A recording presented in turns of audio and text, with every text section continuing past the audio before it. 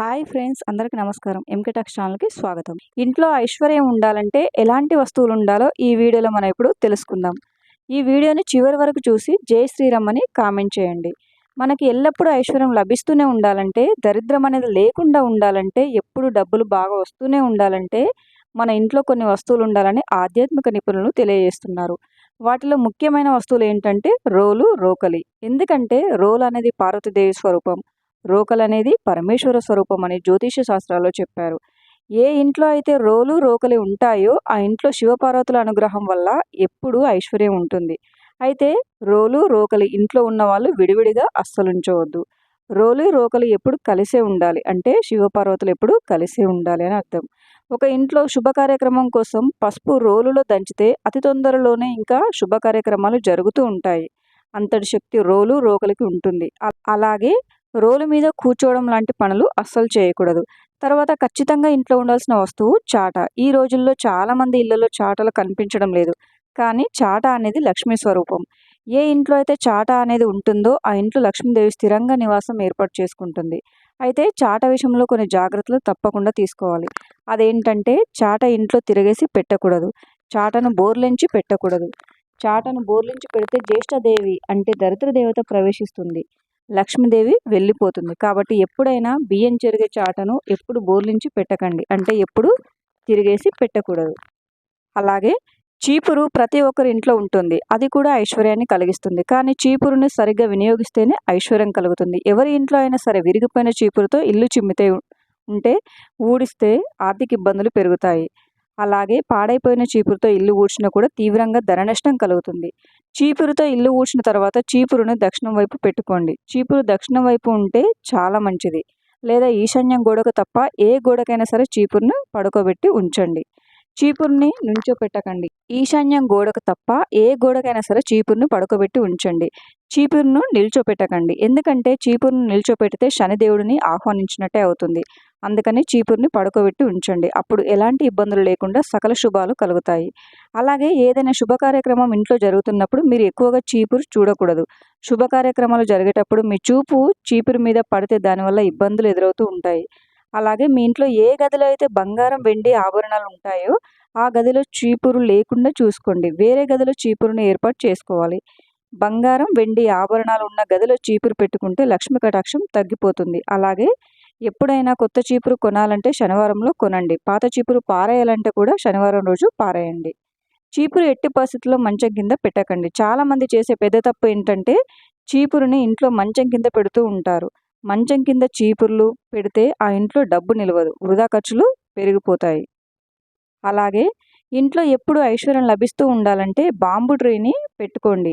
ఆ bomb tree హాల్లో పెట్టుకుంటే చాలా మంచిది. బాంబు ట్రీని కనుక హాల్లో ఏర్పాటు చేసుకుంటే ధన కనక వాస్తు వాహన ప్రాప్తి కలుగుతాయి. అలాగే ఇంట్లో ఎప్పుడు కూడా ఐశ్వర్యం లభిస్తూ ఉండాలంటే ఏనుగు తొండంతో నీళ్లు తీసుకుని అభిషేకిస్తున్న గజలక్ష్మి దేవి చిత్రపటాన్ని మీ గుంబం పైభాగంలో లోపల వైపు ఏర్పాటు చేసుకోండి. అలా చేసుకోవడం ద్వారా లక్ష్మీ కటాక్షానికి పాత్రులై ఐశ్వర్య ప్రాప్తిని పొందుతారు. ఇలా కొన్ని ప్రత్యేకమైన వస్తువులు ఏర్పాటు చేసుకుని ధనలాభాన్ని పొందండి. అలాగే వాస్తు అనేది కేవలం ఇంటి నిర్మాణానికి మాత్రమే పరిమితం కాదని, ఇంట్లో ఏర్పాటు చేసుకునే వస్తువులకు కూడా వర్తిస్తుందని పండితులు చెప్తూ ఉంటారు. ముఖ్యంగా ఇంట్లో ఏర్పాటు చేసుకున్న వస్తువుల విషయంలో పలు జాగ్రత్తలు తీసుకోవాలని చెప్తున్నారు. ఇంట్లో కుటుంబ సభ్యుల మధ్య సత్సంబంధాలు ఉండాలన్నా, ఆరోగ్యాలు బాగుండాలన్నా, ఆర్థిక పరిస్థితులు మెరుగ్గా ఉండాలన్నా ఖచ్చితంగా కొన్ని రకాల వస్తువులను ఇంట్లో పెట్టుకోవాలని చెప్తున్నారు. ఇంతకీ ఇంట్లో ఖచ్చితంగా ఉండాల్సిన వస్తువులు ఏంటో ఇప్పుడు తెలుసుకుందాం. వాస్తు పండితుల అభిప్రాయం ప్రకారం ఇంట్లో ఖచ్చితంగా ఉండాల్సిన వస్తువుల్లో నెమలీక ఒకటి. దీనివల్ల ఇంట్లో పాజిటివ్ ఎనర్జీ పెరుగుతుంది. హాల్లో అందరికీ కనిపించేలా నెమలీకను పెట్టుకోవాలి. అయితే ఎట్టి పరిస్థితుల్లో బెడ్రూమ్లో మాత్రం పెట్టుకోకూడదు. ఇంట్లో పాజిటివ్ ఎనర్జీ పెరిగి అన్ని పరిస్థితులు అనుకూలించాలంటే అక్వేరియంను ఏర్పాటు చేసుకోవాలి. ఈశాన్యం లేదా తూర్పు దిశలో అక్వేరియం ఏర్పాటు చేసుకోవడం వల్ల ఇంట్లో ఉండే వారికి ఒత్తిడి దూరం అవుతుంది. మానసిక సమస్యలు ఉంటే తొలగిపోతాయి.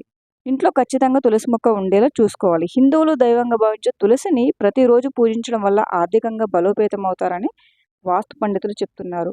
హిందూ పురాణాల ప్రకారం తులసి ఇంట్లో ఉంటే ఆ ఇంట్లో పాజిటివ్ ఎనర్జీ ఎప్పటికీ ఉంటుంది. తూర్పు దిశలో తులసి మొక్క ఏర్పాటు చేసుకుంటే చాలా మంచి జరుగుతుంది. ఇక ఇంట్లో తాబేలు బొమ్మ పెట్టుకోవాలని వాస్తు పండితులు చెప్తున్నారు. దీనివల్ల ఇంట్లో నెగిటివ్ ఎనర్జీ తొలగిపోతుంది. అదృష్టాన్ని కూడా తీసుకొస్తుంది.